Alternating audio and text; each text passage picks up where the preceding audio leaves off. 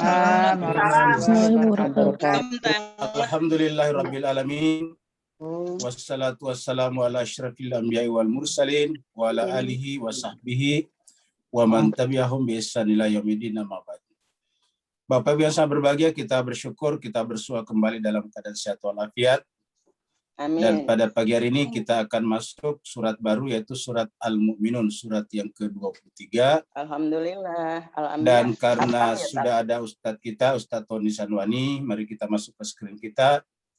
Dan sekaligus mempersilakan kepada Ustadz Tony untuk memandu kita, membimbing kita membaca Al-Quran. Pada Ustadz Tony Sanwani kita persilakan dengan hormat. Ya, Ustadz. Assalamualaikum warahmatullahi wabarakatuh. Waalaikumsalam warahmatullahi wabarakatuh. Jadi Bapak Ibu, kita mulai sebagai bertawasul dengan Al-Quran, bertawasul dengan Rasulullah dan amin ya Rabb. Orang-orang yang dicintai oleh Rasulullah. Amin ya Rabb. Dan kita semua diberikan ampunan oleh Allah. Amin ya rabbal alamin. Ya rabbal alamin. A'udzu billahi minasy syaithanir rajim. Bismillahirrahmanirrahim. A'udzu billahi minasyaitonir rajim. Bismillahirrahmanirrahim. Qad aflahal mu'minun.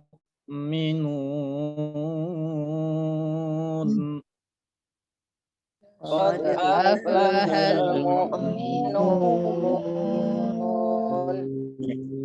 الذين هم في صلاتهم خاشعون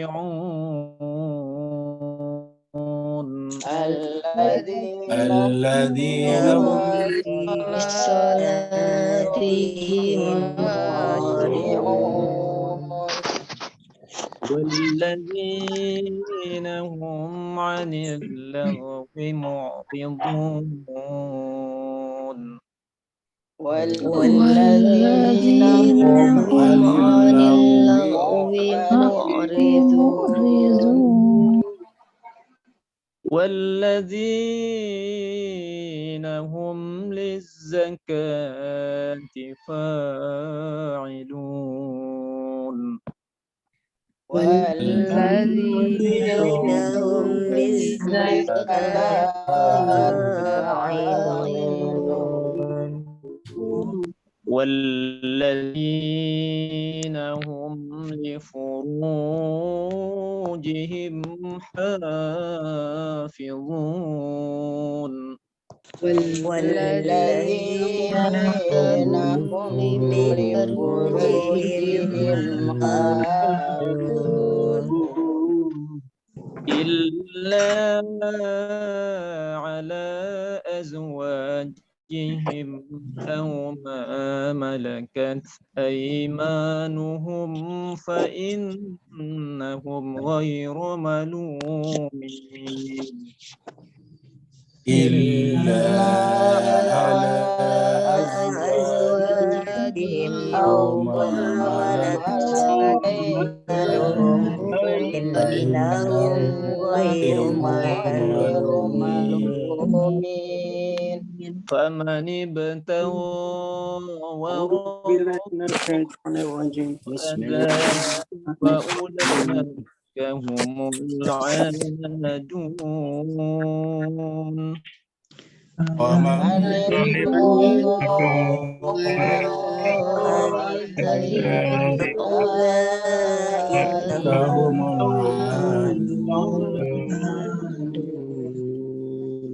والذين هم بأماناتهم وعهدهم راعون والذين هم لأماناتهم عليم راعون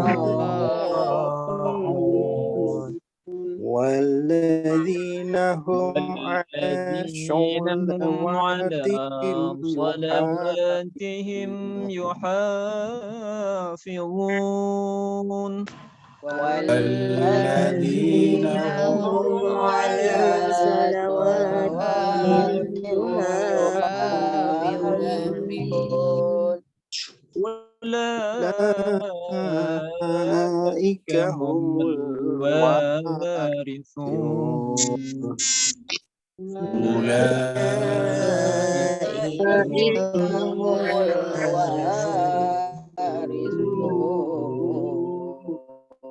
صدق الله صدق العلي الله العظيم العلي العظيم اللهم صل وسلم Muhammad وبارك على رسول الله وآله الأدهار الطاهرين. اللهم اللهم صل صل على محمد وآل محمد. اللهم salli ala Muhammad wa ali Muhammad. Kita aturkan terima kasih banyak kepada Ustaz Tony Sanwani yang telah membantu kita membaca, mentadarusi kitab suci Al-Quran yang merupakan kitab dan mengandung ilmu yang datang dari sisi Allah Subhanahu wa taala. Juga kepada Bapak Ibu sekalian, semoga Bapak Ibu semuanya senantiasa berada dalam lindungan Rahman dan Rahim Allah Subhanahu wa taala. Kita sekarang masuk pada surat baru, yaitu surat yang ke-23, surat Al-Mu'minun, yang artinya orang-orang mukmin, orang-orang beriman. Surat ini turun di Mekah dan karenanya disebut juga Makkiyah, dan jumlah ayatnya 118 ayat. Ayatnya disebut dengan The Believers. Jemaah sekalian, tanda yang paling nyata bagi orang yang beriman itu adalah sholat. Jadi selalu kalau ingat orang beriman adalah sholat. Jadi sholat ini adalah merupakan ibadah yang merupakan pertemuan dari semua hal yang ada pada manusia. Manusia punya jasad jasmani, sholat jasmani harus terlibat. Manusia punya hati, jiwa, pada saat sholat, jiwa harus terlibat. Manusia punya pikiran dan salah satu fungsi pikiran adalah mengingat. Manusia harus membaca Al-Quran, jadi harus mengingat, minimal mengingat surat Al-Fatihah dan surat-surat pendek. Salat juga dimulai dengan membesarkan Allah, takbir, dan ditutup nanti dengan menciptakan kedamaian dengan ucapan salam. Salat juga dimulai dengan bersuci, jadi kita harus mensucikan jiwa kita, karena salat adalah berhubungan dengan manusia suci dan zat yang maha suci. Salat yang membawa kepada kita adalah manusia suci untuk membawa kita kepada zat yang maha suci, dan karenanya salat disebut dengan Mi'raj, Mi'rajul Mu'minin. Maka tanda yang paling nyata daripada orang beriman adalah salat. Allah berfirman, A'udzubillahi minasyaitonirrajim, Bismillahirrahmanirrahim. Qad aflahal mu'minun. Qad aflahal mu'minun. Sungguh beruntunglah orang-orang mukmin. Alladzina hum fi salatihim khasyu'un. Jadi di sini ada kata aflaha, kemudian di sini ada kata-kata shalah. Karena di dalam azan, Bapak Ibu masih pasti ingat lafaz azan. Panggilan azan itu intinya adalah panggilan salat. Tetapi sebelum dipanggil salat, Allah ingatkan dulu tentang kebesaran dirinya, kebesaran Allah. Maka kata-kata pertama dalam azan itu adalah Allahu Akbar, Allahu Akbar.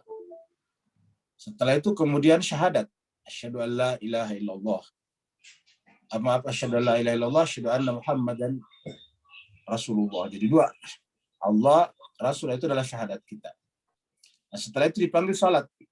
Hayya 'alas shalah, hayya 'alal falah. Jadi falah, salat berdampingan. Dan di dalam ayat ini kita lihat juga berdampingan. Ayat pertama dimulai dengan kata qad, sungguh, benar-benar. Jadi qad aflahal mu'minun. Sungguh benar-benar beruntunglah orang mukmin itu. Apa sebabnya? Karena kalau orang beriman pasti punya sholat. Dan sholat itu adalah tempat, wahana, instrumen bagi seorang mukmin untuk berkomunikasi, berbicara, berdialog, bercurahan hati, curhat dengan Rabb Tuhannya. Jemaah sekalian, manusia itu salah satu cirinya selalu ingin berbicara. Manusia itu butuh kuping yang ingin mendengarkan cerita-ceritanya. Makanya manusia cenderung mencari teman untuk menyampaikan hatinya, isi hatinya. Kalau tidak punya teman baik yang bisa dipercaya, dia mencari misalnya yang disebut dengan orang pintar, menjelaskan masalahnya. Nah, pada konteks seperti inilah, manusia biasanya bukan selesai masalahnya, tapi kemudian semakin terjebak ke dalam masalah. Kenapa? Karena pihak-pihak yang mendengarkan masalah ini, ya bahkan terkadang yang dalam tanda petik disebut dengan orang pintar, justru memanfaatkan ini sebagai sebuah jebakan. Sehingga kemudian ketika orang itu datang kepada orang tertentu, katakanlah tadi orang pintar, untuk menyampaikan masalahnya, tujuannya adalah solusi. Tetapi bagi orang yang didatanginya cenderung melihat orang yang datang itu sebagai peluang, sebagai opportunity untuk mendapatkan keuntungan duniawi. Sehingga kemudian terjadilah eksploitasi perasaan dan kepercayaan yang salah di sana. Maka oleh sebab itulah beruntunglah orang beriman. Karena ada salatnya. Karena dengan salat orang beriman bisa mengadukan itu kepada Tuhan. Orang salat bisa berbicara dengan Tuhannya. Orang salat bisa berdialog dengan Tuhannya. Bahkan yang lebih hebat lagi, dengan salat seseorang dengan sukarela membuka pintu hatinya untuk mendengar nasihat dari dirinya sendiri, yang hakikatnya adalah nasihat dari Allah. Mendengarkan nasihat dari Allah melalui dirinya sendiri. Karena di dalam salat ada Quran. Salat itu setelah takbir yang wajib adalah Quran. Baca Al-Fatihah. Al-Fatihah isinya adalah berbicara dengan Allah. Menunjukkan Allah itu adalah segala-galanya. Allah berkuasa di dunia dan di akhirat. Dan Allah SWT ditandai dengan kasih dan sayangnya. Orang yang bermasalah yang dibutuhkan satu, kasih sayang. Orang yang bermasalah butuh solusi. Dan solusi itu diberikan oleh orang yang tidak punya kepentingan di dalam masalah itu. Solusi itu harus bersifat objektif. Berkali-kali kita menyebutkan pentingnya orang bersifat rasional objektif. Dan itu kita capai ketika kita mengatakan Bismillahirrahmanirrahim. Di dalam kata Bismillah ada kata Ar-Rahman Ar-Rahim. Ini kata Ar-Rahman Ar-Rahim di sini. Ya. Ada Ar-Rahman, ada Ar-Rahim. Lalu kemudian diulangi lagi pada ayat 3. Jadi Bismillahirrahmanirrahim. Alhamdulillahirrabbilalamin. Baru Ar-Rahman Ar-Rahim lagi. Sehingga orang yang membaca Al-Fatihah berarti orang yang sedang menumbuh suburkan. Orang yang membangun kesadaran dalam dirinya bahwa yang namanya Zat yang Maha Kuasa ini ditandai dengan kasih dan sayangnya. Ar-Rahman Ar-Rahim. Sayang seribu sayang umat Islam sekarang, sebagian umat Islam mengalami semacam psikologi terkepung. Psikologi terkepung itu serba mencurigai orang lain. Sehingga ketika mendengar kata kasih, seakan-akan itu miliknya orang Nasrani, orang non-Islam. Padahal setiap memulai sesuatu, Allah mewajibkan kita untuk baca Bismillahirrahmanirrahim. Bahkan Bismillahirrahmanirrahim adalah merupakan pembeda antara halal dan haram. Kambing, zatnya halal. Tetapi kalau disembelih tidak menyebut basmalah Bismillahirrahmanirrahim, dihitungi haram. Berarti Bismillahirrahmanirrahim adalah garis demarkasi antara halal dan haram. Setiap kita mulai sesuatu baca Bismillahirrahmanirrahim. Dengan nama Allah yang kasih, yang penuh kasih dan sayang. Dengan nama Allah yang senantiasa mengasihi dan menyayangi makhluknya. Nah, itu kita ulangi dalam Al-Fatihah. Baru kemudian kita pada saat itu menyampaikan, ya Allah, saya punya masalah. Ini dalam benak kita. Tapi kemudian kita berkata, iyyaka na'budu wa iyyaka nasta'in. Saya hanya mengabdikan diri kepadamu, ya Allah, dan seluruh kebutuhan-kebutuhan, termasuk solusi atas masalah saya hanya gantungkan kepadamu. Iyyaka nasta'in. Begitulah seterusnya, sampai pada saat membaca surat-surat pendek, setiap surat pendek adalah nasihat yang paling jitu terhadap setiap manusia, terutama sekali bagi mereka yang masih tersandung oleh masalah. Misalnya kita kemudian marah kepada sesuatu atau seseorang, tiba-tiba baca wal asri, bismillahirrahmanirrahim, wal asri, innal insana lafi khusr. Demi masa manusia itu merugi. Innal insana lafi khusr. Illa kecuali alladzina amanu wa amilus salihat. Kecuali kalau dia beriman dan beramal saleh, maka keinginan kita tadi untuk melakukan kejahatan langsung hilang, langsung punah, langsung pupus. Kenapa? Merugi. Yang tidak merugi adalah iman dan amal saleh. Illa alladzina amanu wa amilus salihat. Wa tawasaw bil haq. Saling mengingatkan dalam kebenaran. Saling mengingatkan dalam kesabaran. Kalau ini terjadi pada mbak-mbak perempuan yang mengirim sate beracun itu, maka tidak terjadi pengiriman sate beracun. Kalau seandainya benar-benar memahami makna salat, bahwa salat adalah menasihati diri sendiri. Salat adalah caranya Allah berbicara kepada kita melalui bibir-bibir kita, melalui lisan-lisan kita. Maka Allah mengatakan, qad aflahal mu'minun. Beruntunglah orang mukmin itu. Apa sebabnya? Alladzina hum, karena mereka itu fi salatim khasyun. Jadi dengan demikian intinya di sini adalah khusyuk dalam salat. Apa itu khusyuk? Khusyuk pengertiannya satu. Pada saat kita salat, tubuh kita tidak bergerak kecuali gerakan-gerakan yang diajarkan di dalam salat. Itu khusyuk secara lahiriah namanya, secara badan. Jadi kita tidak bergerak kecuali gerakan-gerakan yang diajarkan di dalam salat. Seperti misalnya berdiri, menghadap ke kiblat, kemudian mengangkat tangan seraya mengucapkan takbiratul ihram, mengucapkan sesuatu namanya baca Al-Fatihah, baca surat, terus takbir lagi, terus ruku. Begitulah. Kalau kita melakukan itu semuanya murni seperti yang diajarkan dalam salat, maka secara zahir kita sudah khusyuk. Kita sudah khusyuk. Terus yang kedua, khusyuk secara pikiran. Kita punya pikiran, kita punya akal, kita punya fikir. Apa yang disebut dengan pikiran? Yaitu ketika kita konsentrasi, mengingat dengan baik apa yang kita baca, seraya memahami kata demi kata, makna demi makna yang ada di balik kata itu dari apa yang kita baca. Khusyuk secara pikiran. Kalau itu kita lakukan, maka pikiran kita tidak akan kemana-mana.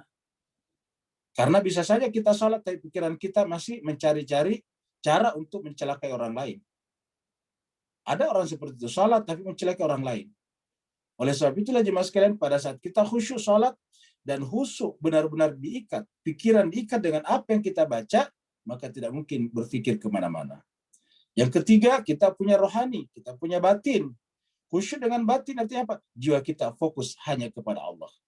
Seperti mana dikatakan, fadhkuruni adzkurukum. Jadi salat, hati kita hakikatnya ingat kepada Allah. Kenapa? Walaupun mulut berbicara, membaca ayat, tapi selalu kita ingat bahwa yang kita temani berbicara adalah Allah. Kita sekarang sedang curhat kepada Allah. Kalau curhat kepada orang kita anggap orang pintar saja, kita bersungguh-sungguh, tidak mungkin kita bercanda, apatah lagi kalau kita sedang curhat kepada Allah. Jadi kita fokus hatinya kepada Allah SWT. Itulah sebabnya walaupun kita sendiri saja sholat, dianjurkan tetap qamat pada saat akan sholat. Dianjurkan qamat. Harusnya timbul pertanyaan, kalau kita walaupun sendiri tetap harus qamat, iqamat ya. Iqamat Bapak Ibu pasti sudah paham. Kalau walaupun kita salat sendiri tetap harus baca iqamat, lalu siapa yang kita panggil salat di sana? Kan ada kata-kata hayyalas shalah, hayyalal falah. qad qamatis shalah, kan begitu. Qad qamatis shalah, qad qamatis shalah. Sungguh mari berdiri untuk salat. Sungguh mari berdiri untuk salat. Siapa yang kita ajak di situ? Ingat selalu pembahasan kita.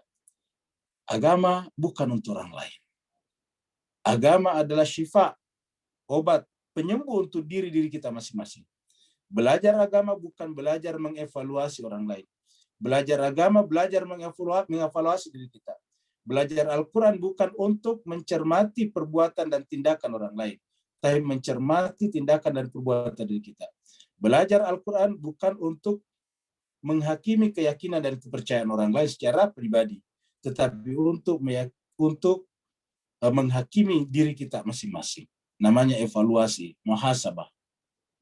Maka pada saat kita sholat, dan sebelum sholat kita membaca qomat, yang kita panggil qad qamatis shalah adalah jiwa kita. Supaya pada saat kita sholat, jiwa kita tidak kemana-mana. Karena banyak orang yang ketika dia sholat, jiwanya tidak ada di situ. Tubuhnya ada di situ, sholat, berdiri, ruku, sujud, tetapi pikiran dan jiwanya tidak di situ. Kita tadi punya 3 unsur, jasmani kita, pikiran kita, dan kita punya jiwa. Harusnya ini terintegrasi, sinkron untuk sama-sama melakukan sholat. Ini yang disebut dengan alladzina hum fi sholatihim khasyu'un. Yaitu orang-orang yang di dalam sholatnya khusyuk. Jadi kata-kata khasyu'un khusyuk. Maka kalau kita tanya apa itu khusyuk? Ini khusyuk. Khusyuk itu adalah orang yang pada saat sholat benar-benar 3 unsur tadi. Tubuhnya, pikirannya, dan jiwanya hanya kepada Allah saja. Ini dijelaskan dengan rinci di dalam surat Al-Baqarah ayat 45-46. Mari kita lihat dulu surat Al-Baqarah 45-46.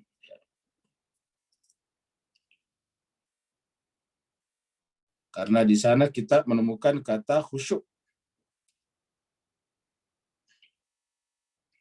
Allah berfirman, wasta'inu bis-sabri was-shalah. Isti'analah tentu kepada Allah dengan sabar dan salat. Wa innaha, dan sungguhnya isti'anah dengan sabar dan salat ataukah salat yang didahului dengan sabar, karena hak di sini adalah bentuk tunggal. Untuk perempuan berarti pasti bisa dipastikan haknya kembali kepada salat ini. Ya. Jadi jemaah sekalian kita lihat, ya, ini ada kata hak di sini. Hak ini kata ganti, domir. Domir terhadap apa? Domir terhadap salat. Ya. Jadi dia ke sini. Ya. Jadi wasta'inu bis-sabri was-shalah. Di sini yang pertama sabar, tapi kemudian di sini haknya yang ditekankan. Wa inna, dan sungguhnya salat itu. Kenapa tidak disebut wa innahuma? Dan keduanya itu sabar dan salat. Kenapa wa innaha saja? Karena artinya hak di sini, salat di sini adalah salat yang disertai dengan sifat sabar. Sesungguhnya salat yang disertai dengan sifat sabar itu la kabiratun, benar-benar berat. La kabiratun. Lamnya di sini namanya taukid penekanan. Benar-benar berat. Jadi itu adalah benar-benar berat. Kata kabira ini, ingat saya kata kabir, besar. Ya. Wa innaha la kabiratun, illa kecuali alal khasyin, kecuali untuk orang-orang yang khusyuk hatinya. Muncullah di sini kata khusyuk. Muncul kata khusyuk di sini Mas sekalian. Ya, illa kecuali ala terhadap al khasyiin, orang yang khusyuk. Sama tadi. Qad aflahal mu'minun alladzina hum fi shalatihim khasyiun, sama. Khasyiin sama saja. Illa alal khasyiin, kecuali terhadap orang yang khusyuk. Siapakah orang khusyuk itu? Nah, di sini diterangkan. Alladzina, yaitu orang-orang yang. Jadi alladzina di sini adalah kata sambung, namanya isim mausul dari sini. Ya. Jadi yang disebut alladzina di sini itu orang-orang yang khusyuk ialah. Orang-orang yang khusyuk itu ialah alladzina, orang-orang yang yazunnuna, meyakini, annahum, sungguhnya mereka itu mulaku, pada saat dia sedang salat, mulaku, berjumpa. Ya, pada saat dia salat sedang berjumpa. Ya. Mulaku, sedang berjumpa. Dengan siapa? Rabbihim, mulaku Rabbihim. sedang berjumpa dengan Tuhannya. Ya. Jadi orang yang yakin bahwa ketika sholat berjumpa dengan Tuhan. Karena berjumpa dengan Tuhannya, maka 3 komponen tadi harus terlibat secara saksama, secara integral, secara sinkron, secara tak terpisahkan, yaitu tubuh jasmani kita, pikiran rasional kita, yang terakhir jiwa spiritual kita. Harus menyatu di sana karena dia harus yakin dalam sholat itu mulaku itu dari kata liqa. Liqa itu berjumpa. Ya, berjumpa dengan Rabbim Tuhan mereka. Wa annahum, sesungguhnya mereka itu, ini sama ini ya. Ini sama annahum, ya ini juga annahum. Ya. Wa annahum, sesungguhnya mereka itu ilaihi rajiun, pasti akan kembali kepada Tuhannya. Apa artinya ilaihi rajiun? Menganggap bahwa salatnya sekarang adalah merupakan salat yang terakhir. Jadi meyakini kalau salat subuh tadi adalah salat yang terakhir. Tidak ada keyakinan masih akan bisa sampai salat zuhur. Karena kalau dia yakin bisa sampai salat zuhur, sudah durhaka kepada Tuhannya. Sudah mendahului Tuhannya. Sementara Tuhanlah yang punya hak otoritatif dan prerogatif untuk menentukan apakah orang ini masih berhak untuk hidup atau tidak. Maka pada saat kita salat, kita yakin annahum ilaihi rajiun. Kita sedang kembali kepada Allah dan menganggap ini adalah salat kita yang terakhir. Setiap kita salat selalu menganggap itu adalah salat yang terakhir. Jadi alladzina yazunnuna annahum mulaqu rabbihim wa annahum la yarjun. Jadi orang yang khusyuk itu adalah yakin kalau sedang salat, sedang berjumpa, bermuajahah dengan Tuhannya, ya sedang face to face dengan Tuhannya, dan kemudian pada saat yang sama yakin bahwa sekarang prosesnya salat adalah dalam rangka kembali kepada Allah Tuhannya. Wa ilaihi rajiun. Nah, itulah yang disebut dengan khusyuk. Jadi jangan bayangkan khusyuk itu ini dan itu. Inilah definisi khusyuk. Jadi qad aflahal mu'minun alladzina hum fi shalatim khashi'un. Kemudian berikutnya adalah tidak pernah ketinggalan dalam zakat, baik fitrah ataupun malnya. Walladzina hum 'anil lagwi mu'ridun walladzina hum lizzakati fa'ilun. Jadi pertama tadi adalah salat. Baru yang kedua, dan orang-orang yang ya, mereka itu anil lagwi, dari perbuatan sia-sia. Lagun itu perbuatan yang tidak ada gunanya. Punya nilai, bukan dosa, tetapi tidak punya nilai apa-apa. Mereka mu'ridun. Kalau orang penentang kebenaran adalah justru terhadap ayat Allah mu'ridun, maka kalau dia beriman terhadap perbuatan, perkataan, menggunakan waktu secara sia-sia, mereka tinggalkan. Jadi ingat kata-kata lagun. Lagun itu tidak punya nilai, tidak punya value, tidak punya manfaat terhadap pikirannya, terhadap jasmaninya, terhadap juga rohaninya. Kalau Bapak Ibu sekalian olahraga itu punya manfaat, menyehatkan badan. Ya. Kalau Bapak Ibu sekalian baca buku itu adalah menyehatkan pikiran. Kalau Bapak Ibu sekalian baca Quran atau berzikir itu menyehatkan jiwanya. Tapi kalau kemudian hanya ngerumpi, ngobrol ngalor ngidul itu tidak tahu ujung pangkalnya, dari satu tema pindah ke tema yang lain, bahkan cenderung masing-masing pribadi yang terlibat di situ hanya menceritakan dirinya masing-masing, tanpa sadar kemudian terjebak kepada riaknya masing-masing, pengakuan narsismenya masing-masing, menceritakan kelebihan-kelebihannya masing-masing, akhirnya kemudian terjebaklah bukan hanya sekedar lagun, tapi sudah sampai pada tingkat zanbun, yaitu dosa. Bahkan bisa juga menjadi itsmun. Apabila sudah membicarakan orang lain, mentajasus orang lain, maka bukan lagi sekedar zambun, tapi sudah menjadi itsmun. Jadi Allah mengatakan, walladzina hum 'anil lagwi mu'ridun. Karena lagun, perbuatan sia-sia tidak berguna ini adalah pintu masuk pada perbuatan dosa yang lain. Kalau kita sudah sering menggunakan waktu secara tidak berguna, lama-kelamaan kita akan terseret sedikit demi sedikit masuk ke dalam perbuatan dosa, lahir dan batin. Maka jemaah sekalian, ibarat tanah, maka lagun ini adalah di tepi jurang. Kalau sudah di tepi jurang, bisa terpleset sedikit masuk ke dalam jurang. maka sebaiknya kalau berjalan jangan di tepi jurang. Cari yang jauh dari tepi jurang, yang lebih menyelamatkan, yang lebih safety.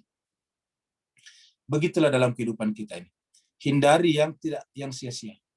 Bahkan dalam berpuasa, daripada masuk di tepi jurang, berjalan di tepi jurang, membicarakan yang sia-sia, berbuat yang sia-sia, maka lebih baik tidur, kata Nabi. Kalau tidur selamat. Kalau tidur, tidak mungkin kita tidur sambil bergunjing. Tidak mungkin kita tidur sambil berghibah. Tidak mungkin kita tidur sambil tajassus. Tidak mungkin. Bahkan tidak mungkin ketika kita tidur sedang berpikir yang tidak-tidak. Maka kata kuncinya adalah mampu tidak kita meninggalkan ini. Kalau belum mampu meninggalkan perkataan perbuatan yang sia-sia, berarti belum masuk dalam kategori surat Al-Mu'minun ini. Ada aflahal mu'minun. Karena al-mu'minun ini adalah ciri-cirinya orang mukmin, di antaranya tadi salatnya khusyuk, yang kedua sekarang adalah meninggalkan, menjauhi perbuatan yang sia-sia. Cuma sekalian serba, bayangkan kalau ada orang dari pagi sampai sore hanya kerjanya duduk bergunjing saja. Pagi sampai sore, ya. Atau dari pagi sampai sore cuma sekalian serba, kalau bergunjingnya tidak ketemu karena ada pembatasan sosial, ya bergunjingnya melalui WA dari pagi sampai sore. Atau kerjanya hanya habis di depan televisi dari pagi sampai sore. Ingat cuma sekalian berbahagia, menonton televisi terlalu banyak itu adalah mematikan intelek, akal pikiran manusia.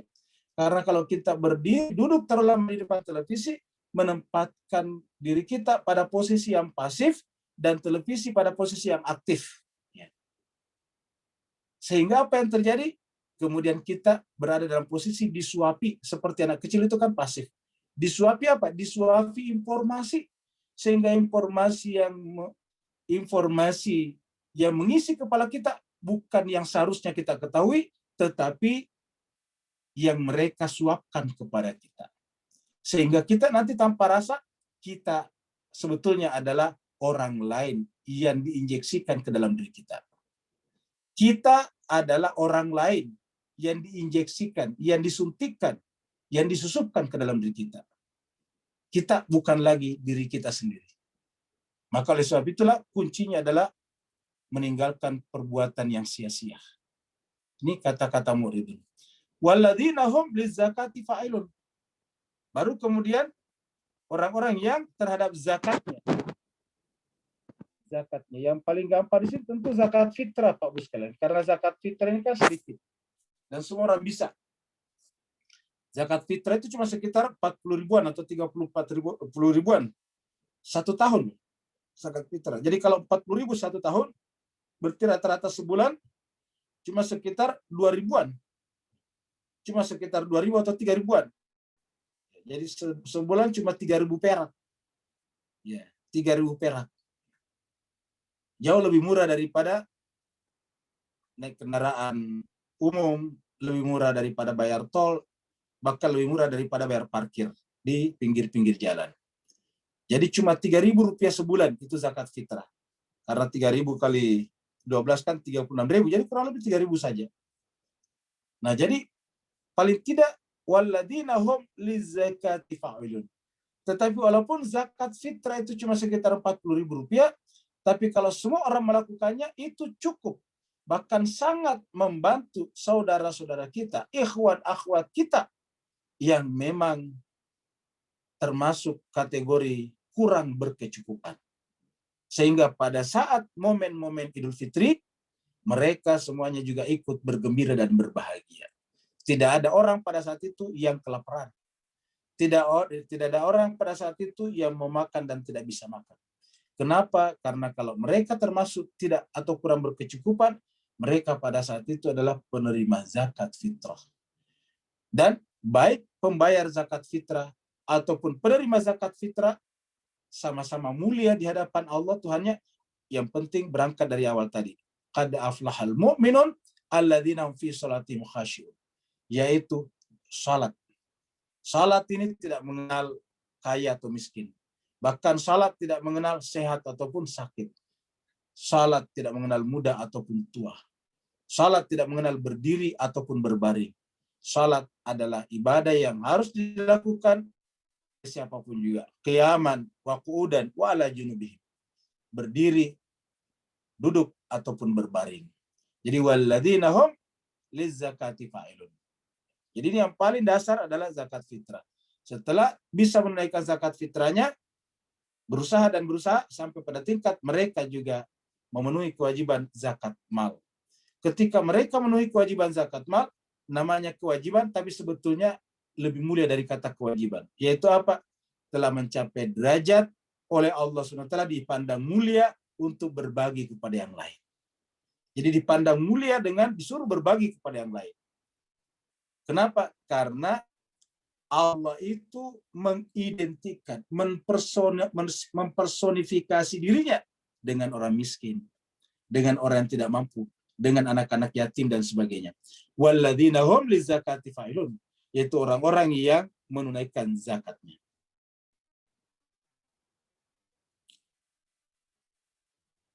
Kemudian yang kelima atau ciri berikutnya, walladzina hum li furujihim hafizun. Orang-orang yang terhadap kemuliaan dirinya sebagai manusia, laki ataupun perempuan, hafizun, terjaga. Jadi jemaah sekalian berbahagia, ayat ini menjelaskan kepada kita bahwa dalam Islam itu tidak ada tempat bagi kebebasan mutlak, kebebasan yang sebebas-bebasnya. Karena setiap kebebasan mutlak sebetulnya adalah penjara. Karena setiap kita bebas dalam pengertian sebebas-bebasnya, pada saat itu kita terpenjara, pada saat itu kita akan berbenturan dengan hak-hak orang lain. Nah, ketika kita sudah mulai berbenturan dengan hak-hak orang lain, berarti kita telah menciptakan masalah. Kita telah menjadi trouble maker. Walladzina hum li furujihim hafizun.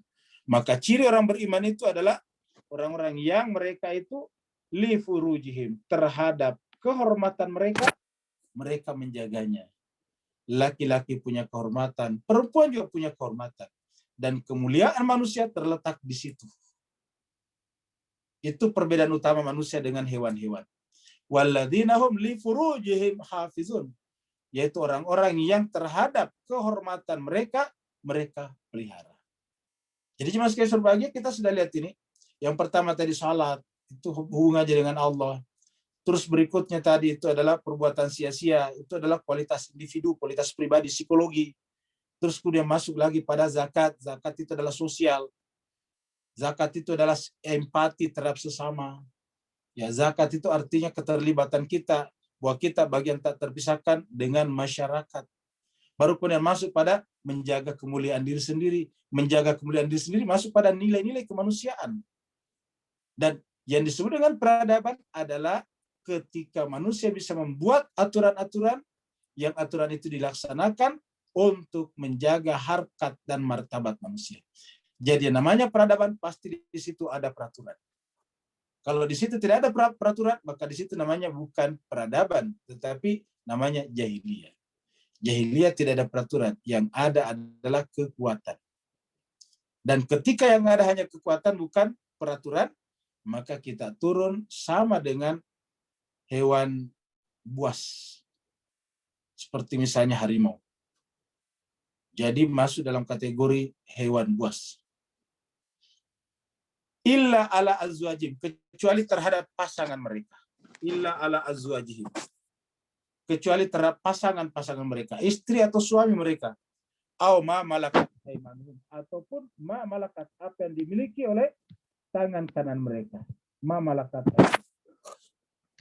Dimas Kaisar bahagia, ma malakat aimanuhum di sini adalah bentuk halus daripada dulu yang disebut dengan budak. Karena salah satu cara dulu mendapatkan budak adalah dengan membeli. Dan pada saat membeli ada akad di dalamnya, sekaligus seperti menikahinya. Jadi beliannya itu sama dengan mahar baginya. Harganya, price-nya itu adalah merupakan mahar baginya.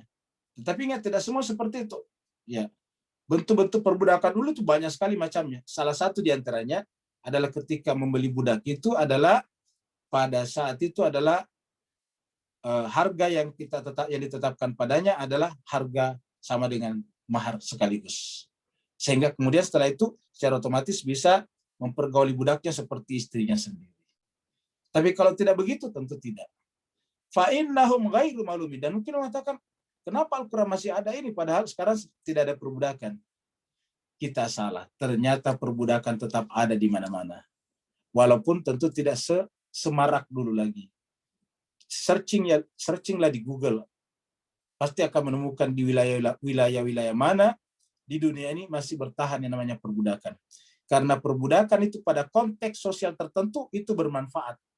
Bermanfaat sebagai bentuk perlindungan terhadap seseorang yang tidak memiliki kemampuan untuk melindungi dirinya, lahir ataupun batin. Tidak melindungi dirinya dari mana? Misalnya tidak bisa punya pendapatan, tidak punya rumah. Sanak keluarganya juga tidak mampu, tidak mungkin menampung mereka. Maka mereka mencari orang yang bisa menampungnya.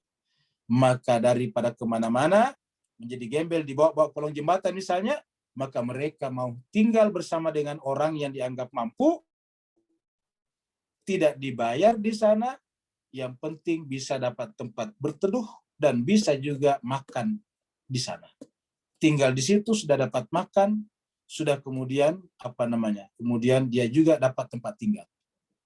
Ingat, komponen paling mahal dalam kehidupan kita dua itu, yaitu tempat tinggal dan kemudian biaya makan.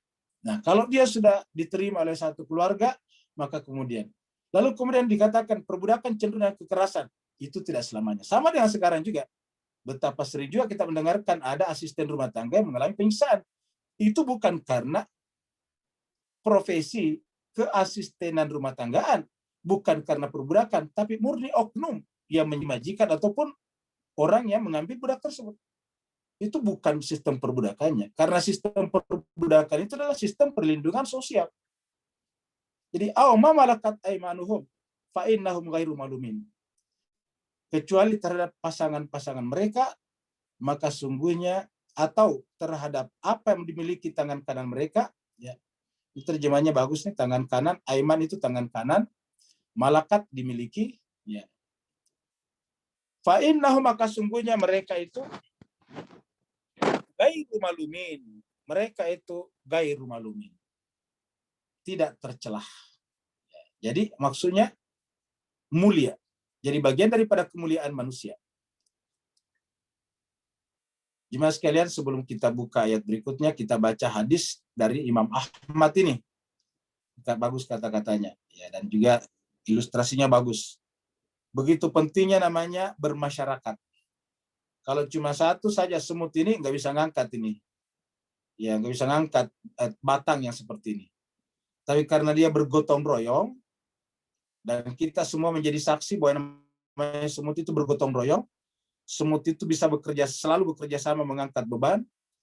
Kemudian semut juga bersifat sosialis. Kalau Bapak Ibu lihat semut itu berpas-pasan, pasti salaman dulu, cipika-cipiki dulu sebelum lewat. Dan kita lihat ada satu di atas semut menunjukkan bahwa semut juga bersifat kepemimpinan. Ada imamnya, ada pemimpinnya di atas. Dan ini kita bisa baca dalam surat semut, surat An-Naml, di mana di sana ada pemimpin semut. Nabi mengatakan dalam riwayat hadis Imam Ahmad, jika engkau memiliki 4 hal, engkau tidak akan rugi dalam urusan dunia. 4 hal. Ya, ini hadis tapi menarik untuk kita pegang karena sejalan dengan Al-Quran. 1, menjaga amanah. Yang kedua adalah jujur dalam berkata. Yang ketiga, berakhlak yang baik, berakhlak yang mulia, akhlakul karimah. Dan terutama yang terakhir, menjaga harga diri dalam mencari nafkah, cari makan. Jadi pada saat kita mencari nafkah, jaga harga diri. Karena disitulah yang menentukan manusia, Pak Bu sekalian. Perbedaan manusia dengan hewan, kalau hewan-hewan bisa rebut-rebutan.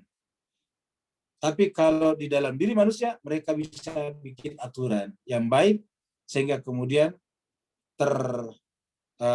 terjelaskan siapa yang berhak mendapatkan apa. Siapa yang berhak mendapatkan berapa. Kalau di hewan-hewan tidak ada peraturan seperti itu. Famani ibtaga wara dzalik.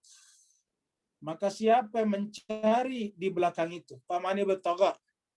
Siapa yang mencari wara dzalik, selain daripada itu, di belakang itu.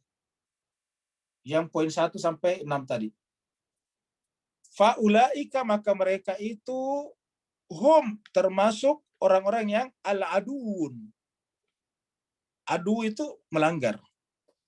Sebetulnya secara adu itu artinya musuh. Jadi yang melanggar ini tadi di atas menempatkan dirinya sebagai musuh Allah. Aduun itu sebetulnya musuh. Ya. La tattabi'u khutuwati syaitan innahu lakum aduun mubin. Kan begitu tuh ayatnya. Janganlah kalian mengikuti langkah-langkah syaitan karena sungguhnya syaitan itu adalah aduun, musuh bagi kalian. Jadi aduun itu musuh. Nah, di sini menggunakan kata adu, asal katanya sama. Itu pelanggaran. Jadi jemaah sekalian, faman irtaga wara dzalika faulaika humul adu. Mereka adalah melakukan pelanggaran, menabrak norma-norma.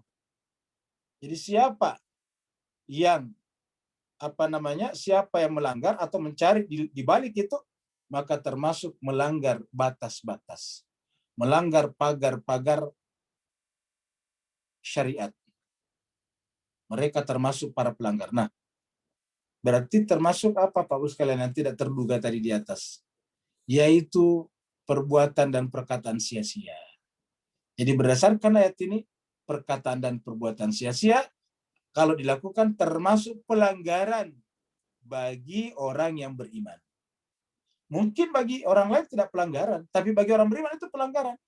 Karena orang beriman itu harusnya meninggalkan seperti itu. Orang beriman itu adalah orang yang hatinya fokus hanya kepada Allah dan akhirat.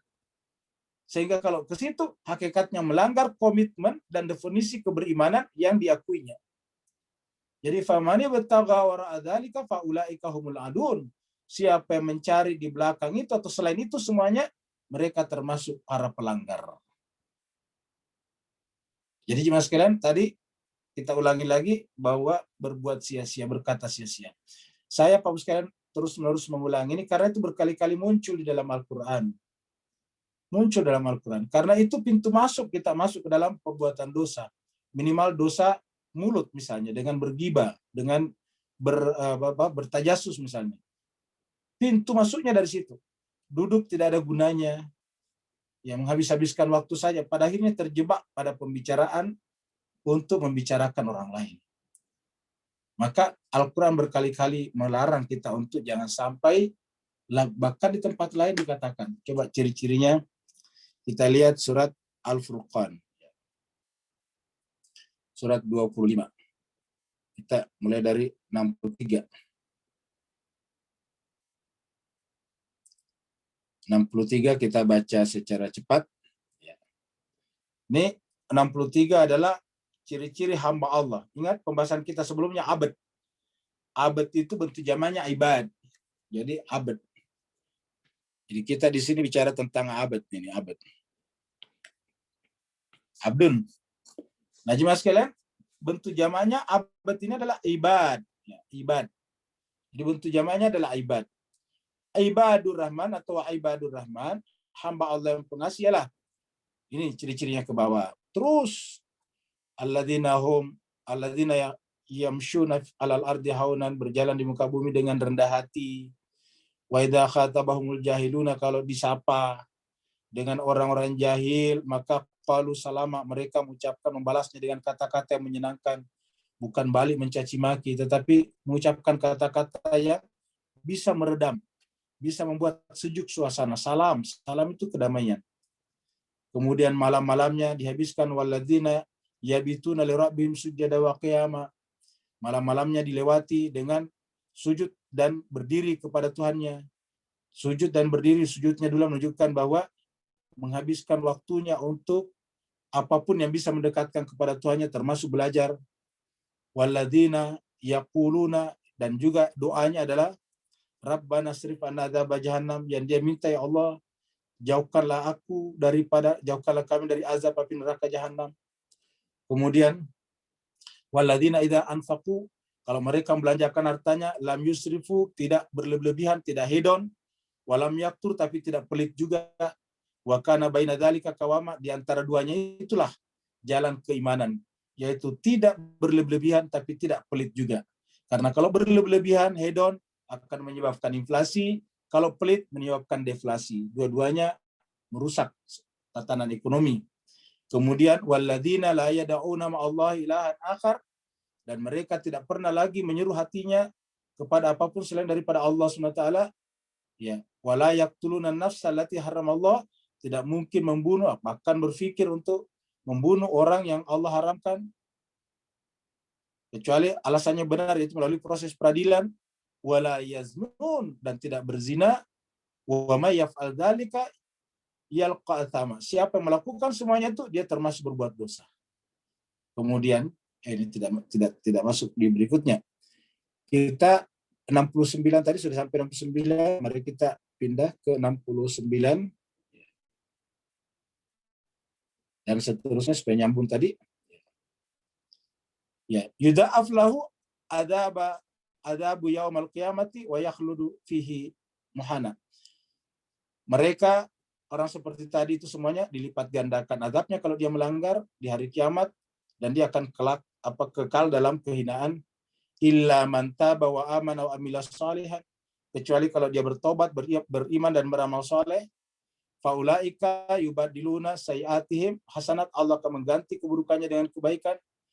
Kemudian wa man taba wa amila shalihan fa innahu yatubu ilallahi mataba, kalau dia bertobat Allah terima taubatnya, disusul dengan beriman dan beramal saleh. Kemudian walladzina la yashhaduna zur, dan mereka yang tidak pernah menyebarkan berita hoax, bersaksi dengan saksi palsu. Baru kemudian wa idza marru bil lagwi marru kirama, apabila dia melewati berjumpa dengan al-lagw. Tadi kita ketemu di sini al-lagw ya. Ini kita ketemu dengan kata lagun di sini ya, ini ya. Sama tadi. Kalau di sana tadi anil lagwi muridun, alladzina hum anil lagwi muridun. Kalau di sini katakan wa idza marru bil lagwi marru kirama, kalau dia lewat dan berjumpa dengan orang-orang yang hanya berbicara, membuang waktunya sia-sia, mereka melewatinya dengan menjaga kemuliaan dirinya. Apa artinya? Melewatinya tidak menyombongkan diri, tidak sok suci, tetap menyapa mereka, tapi setelah itu berlalu dengan menjaga kemuliaan dirinya. Apa artinya kemuliaan dirinya? Tidak ikut, tidak terlibat, tidak terperosok dalam perbuatan lagun itu. Jadi orang beriman itu kemuliaannya justru ketika meninggalkan perbuatan sia-sia. Bukan lagi meninggalkan dosa. Karena kalau orang beriman tidak mungkin melakukan dosa-dosa besar. Maka bilagwi marru kirama, terhadap perbuatan sia-sia mereka lalui dengan menjaga kemuliaan dirinya. Nah, jadi jemaah sekalian, itu apa namanya? Makanya tadi kita berikan penekanan pada kata-kata lagun. Dan Allah mengatakan bahwa termasuk dalam melakukan perbuatan sia-sia itu termasuk al-adun. Termasuk al-adun, yaitu melanggar, durhaka, menempatkan dirinya sebagai musuh Tuhan. Yang kedelapan, walladzina hum li amanatihim wa ahdihim ra'un. Nah, di sini ada dua jemaah sekalian. Perhatikan. Yang pertama adalah amanatihim, amanat. Yang kedua adalah ahad. Ciri orang beriman berikutnya adalah terhadap amanatnya, dan kemudian ahadnya ra'un, dia pelihara baik-baik. Ya, ini ra'un. Jadi orang-orang terhadap amanat, amanat itu ya sesama kita diamanahkan sesuatu. Dan kemudian yang kedua adalah ahad. Ahad ini janji kepemimpinan. Karena ahad ini kita temukan kaitannya dengan Nabi Ibrahim. La yanalu ahdi zalimin, kata Allah kepada Nabi Ibrahim, ia meminta anak keturunannya menjadi imam. Dan Allah menjawabnya, la yanalu ahdi zalimin. Jadi ahad itu adalah berkaitan dengan janji kepemimpinan. Jadi orang beriman itu adalah orang yang terhadap amanatnya, maksudnya amanat terhadap sesama manusia, wa ahdihim, amanatnya kepada Tuhannya, ini kita sebut amanat kepada Tuhan, ahad, ra'un, mereka pelihara. Bukan lagi dipegang, tapi dipelihara, baik-baik. Kemudian jemaah sekalian berbahagia, sekarang kita masih bicara salat, tapi menggunakan bentuk jamak. Jadi tadi dikatakan alladzina fi sholatihim. Ingat yang pertama tadi. Qad aflahal mu'minun alladzina hum fi sholatihim. Fi sholat. Sholat itu bentuk tunggal. Nah, sekarang di sini ayat berikutnya menggunakan kata-kata salawatihim. walladzina hum 'ala salawatihim yuhafizun. Ini apakah ada pengulangan? Ya. Di ayat 1 tadi, permulaannya tadi qad aflahal mu'minun, ayat 2 alladzina hum fi salatihim khashi'un. Harusnya ketika dikatakan alladzina hum fi salatihim khashi'un, tentu otomatis di sana pasti menjaga salatnya. Karena tidak mungkin salatnya khusyuk kalau tidak menjaga salatnya. Karena menjaga salatnya artinya menempatkan Allah di atas segala-galanya, sehingga apapun kegiatan dan aktivitasnya, kalau sudah waktu salat, dia tinggalkan dan dia salat. Ya. Itu adalah alladzina hum fi salatihim khashi'un. Tetapi kemudian diulangi lagi di sini, walladzina hum 'ala salawatihim yuhafizun. Yang menarik Bapak Ibu jemaah sekalian, lihat tulisannya, lihat dengarkan bacaannya. Ya, sama persis kalau kita mengatakan Allah dan malaikat berselawat kepada Nabi. Cuma di situ menggunakan kata yusalluna, bentuk kata kerja. Tetapi kalau dibuat jadi kata benda, selawat. Mari kita berselawat kepada Nabi. Kenapa salat disamakan dengan selawat? Karena salat dan selawat itu tidak bisa dipisahkan. Tidak sah salawat, tidak sah salat kalau tidak membaca salawat. Makanya salat disebut selawat. Tidak sah salat kalau tidak ada salawatnya. Karena setiap kita selesai tasyahud atau membaca asyhadu alla ilaha illallah wa asyhadu anna Muhammadan abduhu wa rasuluh, harus baca selawat. Dan selawatnya adalah Muhammad dan keluarganya. Bolehkah ditambah? Boleh, tapi di luar salat. Di dalam salat tidak boleh. Di dalam salat hanya Allahumma salli ala Muhammad wa ala ali Muhammad. Atau Allahumma salli ala Sayyidina Muhammad wa ala ali Sayyidina Muhammad. Atau Allahumma salli ala Muhammad wa ali Muhammad. Variasinya bisa berubah, tetapi formatnya tidak boleh berubah, yaitu Muhammad dan keluarga Muhammad. Walladzina hum 'ala salawatihim yuhafizun. Orang-orang yang salat mereka yuhafizun, dijaga. Nah, jemaah sekalian berbahagia, jadi bisa kita artikan dengan salat 5 waktu di sini, tetapi lebih tepat lagi ada selawat. Karena selawat harus kita jaga walaupun tidak dalam keadaan salat. Dan dikatakan dalam Al-Quran, selawat itu adalah amalan yang dilakukan Allah dan para malaikat. Innallaha wa malaikata yusalluna ala nabi. Baru ya ayyuhalladzina amanu sallu alaihi wa sallim taslima. Dengan demikian selawat ini jemaah sekalian lebih prinsipil daripada salat itu sendiri. Kenapa? Salat tidak sah tanpa selawat, tapi selawat sah tanpa salat. Jadi kalau kita berselawat di luar salat, ya sah. Dan Allah dan malaikat tidak pernah menyebut dirinya dengan salat, tapi Allah dan malaikat menyebut dirinya sebagai berselawat. Nah, jadi jemaah sekalian berbahagia, bisa kita artikan di sini, dan orang-orang yang terhadap selawat mereka jaga. Setiap saat dia berselawat. Ya. Sedikit-sedikit, Allahumma salli ala Muhammad wa ali Muhammad. Atau Allahumma salli ala Muhammad wa ala ali Muhammad. Atau Allahumma salli ala Muhammad, Allahumma salli ala Sayyidina Muhammad wa ala ali Sayyidina Muhammad. Menjaga selawatnya. Jadi sayangnya jemaah sekalian berbahagia, belakangan ini ada semacam degradasi di sana. Pertama, kalau kita selawat biasanya terpotong. Hanya Allahumma salli ala Muhammad saja. Pada dalam salat itu tidak boleh terpotong. Harus asyhadu alla ilaha illallah wa asyhadu anna Muhammadan abduhu rasulullah. Selawatnya Allahumma salli ala Muhammad wa ala ali Muhammad. Tidak boleh dipotong. Harus Muhammad dan keluarga Muhammad. Jadi tiba-tiba di luar salat dipotong. Yang kedua, ada kecenderungan kalau orang rajin berselawat disangkanya mazhabnya mazhab lain-lain. Padahal ini Al-Quran mengatakan, coba lihat ini. Walladzina hum 'ala salawatihim yuhafizun, dia jaga baik-baik selawatnya. Allah mengatakan, mereka yang melakukan dari 1 sampai 9 ini termasuk menjaga selawatnya, ulaika humul warisun. Mereka itu adalah orang-orang yang mewarisi. Mewarisi apa? Di dunia mewarisi bumi ini, di akhirat mewarisi surga Firdaus yang disebutkan nanti di ayat 11. Terima kasih banyak, mudah-mudahan apa yang kita terangkan ini bisa sedikit banyak memberikan pengaruh pada jiwa kita, terutama jiwa Al-Fakir sendiri. Yang paling pertama mendengarkan ceramah ini adalah kuping saya secara pribadi, sehingga mudah-mudahan dengan ayat-ayat ini kita semuanya termasuk secara pribadi saya sendiri bisa mengamalkan semuanya. Pada Bapak Ibu yang bertanya, dipersilakan. Ya, Assalamualaikum warahmatullahi wabarakatuh. Ustadz, Bapak Ibu. Waalaikumsalam warahmatullahi wabarakatuh. Saya share screen.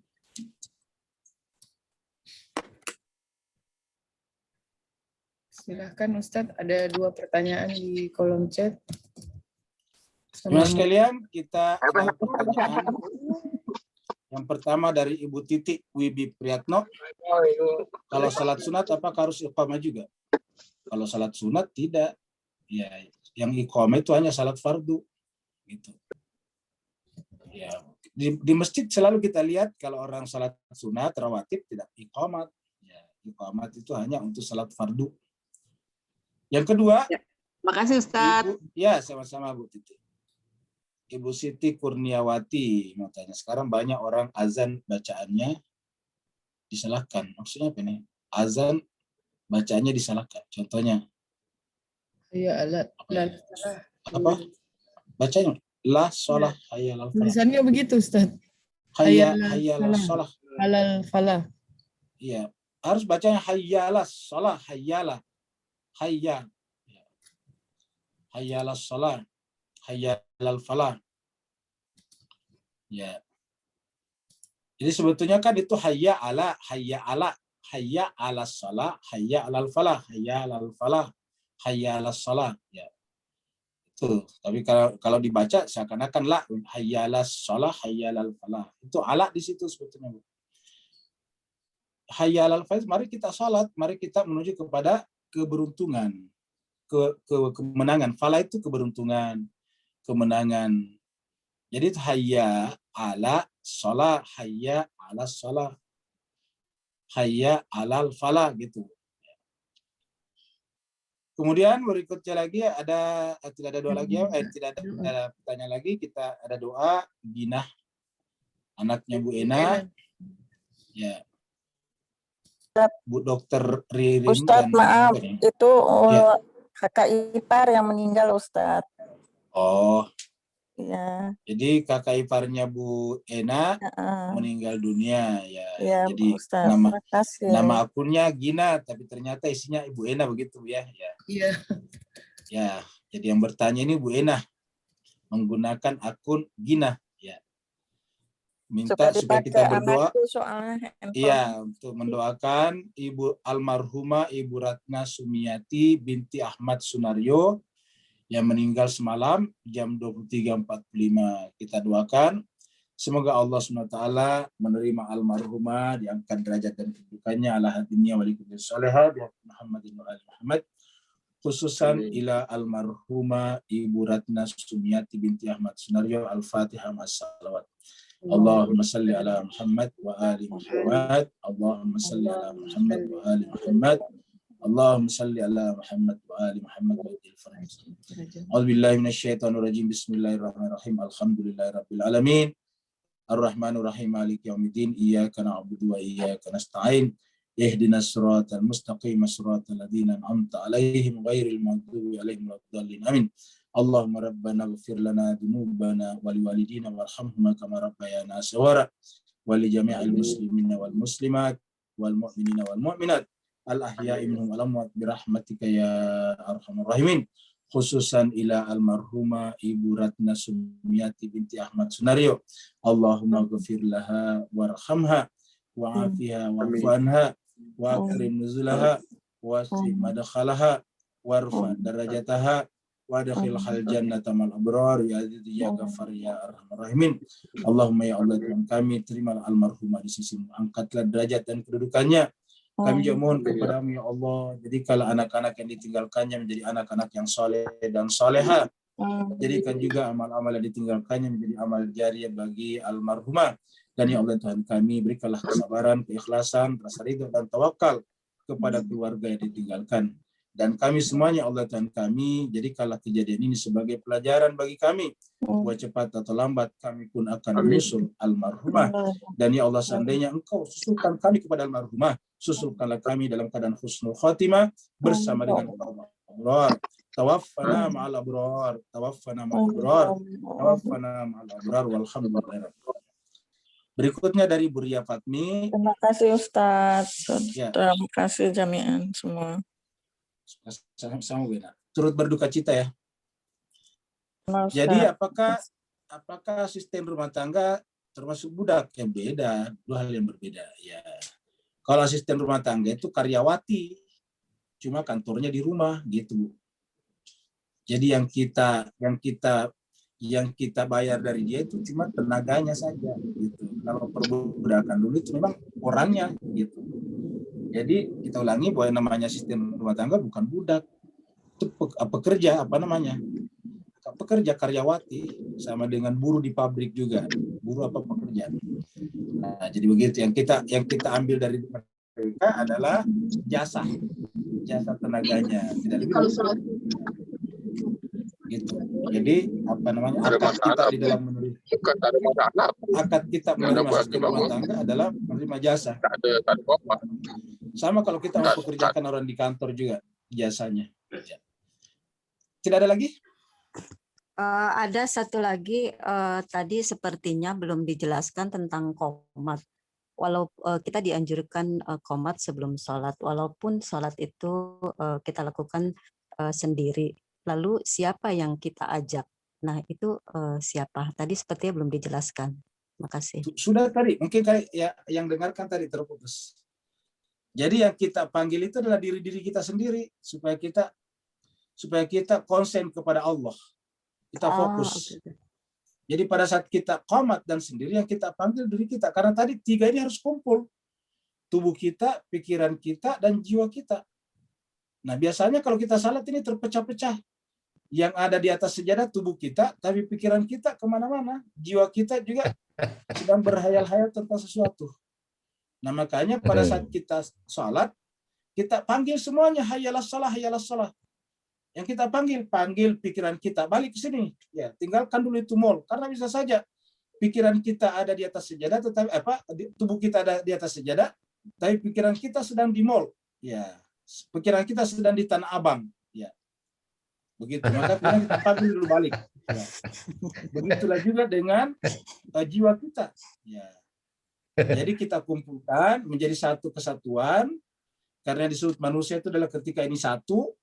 Nah, supaya pada saat kita salat, mereka bertiga salat secara integral, sinkronistik. Ya, kira-kira gitu. Ada lagi yang lain? Saya Ustadz, izin Ustadz. Ya, silakan. Ustadz kan menjelaskan yang lingkaran 3 itu adalah bagian dari manusia, roh, terus nafs, dan jasmani. Dan itu kita panggil ketika waktu mau sholat. Jadi kita panggil jiwa, roh, dan jiwa, pikiran nafs, kita. Ya, jiwa, nafs, dan jasmani. Dengan kata lain kita panggil pikiran kita itu sama dengan nafs kita, jiwa yaitu roh kita, dan tubuh kita adalah jasad kita. Makanya saya berpikir orang gila tidak wajib sholat, karena walaupun dia punya jiwa dan dia punya jasad, tapi dia tidak punya pikiran, dia tidak punya nafsnya. Apakah benar pemikiran saya, Ustaz? Betul. Jadi yang namanya orang gila itu adalah orang yang sudah tiga-tiganya tadi tidak bisa disatukan lagi. Iya. Boleh dikatakan orang jiwa itu tinggal punya jasad saja. Ya. Jasad saja ya, Ustaz. Pikirannya sudah tidak jalan, jiwanya juga sudah tidak bisa fokus, kira-kira gitu. Demikian juga untuk orang mabuk, Ustadz ya. Makanya tidak wajib sholat. Apa tuh? Orang mabuk. Oh iya betul, orang mabuk. Bahkan kayak hewan-hewan juga. Hewan-hewan itu tidak ada kewajiban sholat, karena tidak ada itu semua unsur itu kecuali tubuhnya. Jadi makanya kita dilarang mabuk, dilarang memakan atau minuman yang membuat kita mabuk. Karena itu bisa membuat diri kita terpisah-pisah tadinya. Sehingga kemudian kita sebetulnya tidak menyatu, tidak utuh sebagai manusia. Jadi kata-kata laqad khalaqnal insana fi ahsani taqwim, itu maksudnya 3 itu. Jadi yang disebut dengan manusia itu adalah makhluk yang paling sempurna, karena 3-tiganya muncul. Roh itu kan adalah bersifat malaikat. Ya. Terus kemudian jasad ini adalah bersifat tumbuhan dan hewani. Sehingga pada diri manusia itu semuanya ada malakutinya. Ya, bahkan ada ilahinya, karena ditiupkan roh dari Tuhan. Jadi manusia itu paling sempurna. Laqad khalaqnal insana fi ahsani taqwim. Nah, tetapi ketika ketiga unsur itu tidak bisa disatukan dengan baik, dengan dengan integrasi yang tepat, lalu kemudian mereka disebut dengan turun derajatnya. Summa radadnahu asfala safilin. Kenapa disebut asfala safilin? Karena bahkan lebih rendah daripada hewan-hewan ternak. Gitu. Terima kasih, Ustaz. Ada lagi yang lain? Kalau Bapak, tidak ada lagi, berarti kita akhiri sampai di sini. Terima kasih banyak Bapak Ibu sekalian atas kehadiran dan partisipasinya. Mohon maaf atas segala kekurangan. Walafu minkum. Wassalamualaikum warahmatullahi wabarakatuh. Selamat melanjutkan puasanya dan selamat beraktivitas di hari Selasa. Waalaikumsalam warahmatullahi wabarakatuh. Waalaikumsalam. Terima kasih, Ustaz.